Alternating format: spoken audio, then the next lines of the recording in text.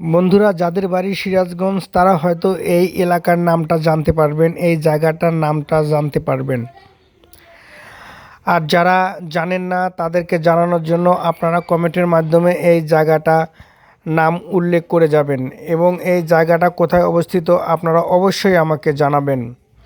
আর এই জায়গাটার এত সুন্দর মনোমুগ্ধকর পরিবেশ যা না দেখলে বিশ্বাস করার মতো নয়।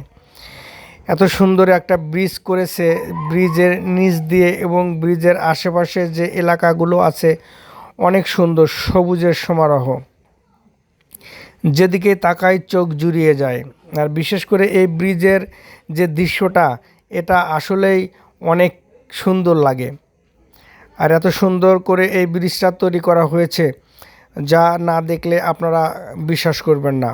আর এই ব্রিজের নিচ দিয়ে রাস্তা চলে গিয়েছে, উপরে রেল লাইন বেয়ে গিয়েছে। আপনারা জানাতে হবে এই জায়গাটা কোথায় অবস্থিত সিরাজগঞ্জের।